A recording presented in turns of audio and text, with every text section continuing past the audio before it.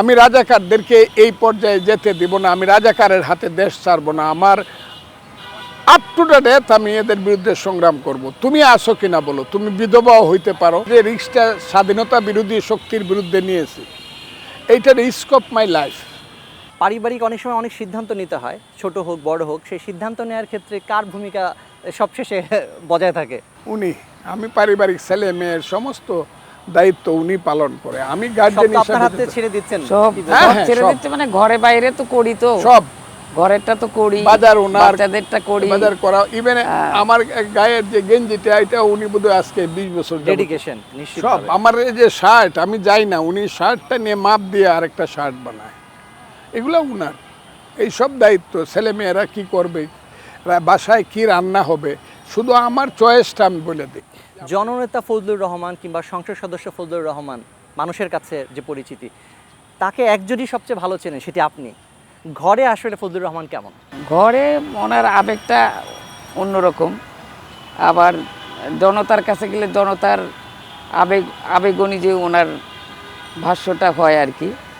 তবে জনতাকে বেশি ভালোবাসে, জনতা আছে বলেই তো ফজলুর রহমান আছে। দুঃসময়ে কার সাহস আপনাদের দুজনকে বেশি অনুপ্রাণিত করেছে? দুজনের সাহস। দেখেন, ওই ওই ওই দুঃসময়গুলো যখন আমাদের চলে গেছে, তখন সবচেয়ে বড় ব্যাপার হয়েছে যে আমাদের ধৈর্য ধারণ করা। ধৈর্যের যে পরীক্ষাটা আসি,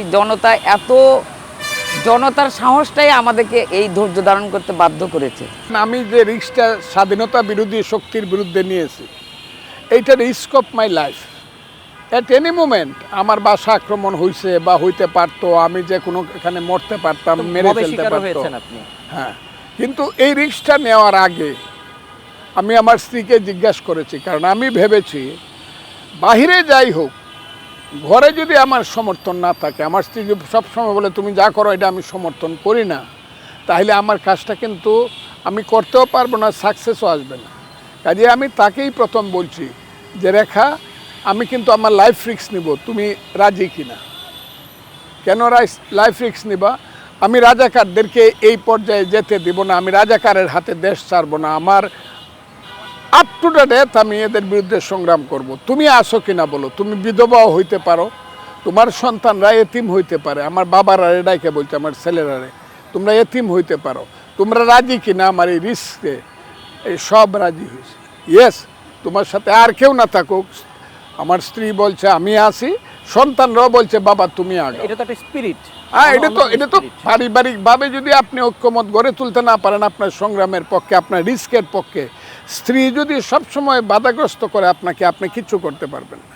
আমরা যে সংসারটা করি, সেটা যদি সবচেয়ে বড় মামলা হয়, তাহলে সেই মামলাতে দুজনের মধ্যে কে বেশি দক্ষ আইনজীবী হিসেবে সংসারটাকে সামলাচ্ছেন?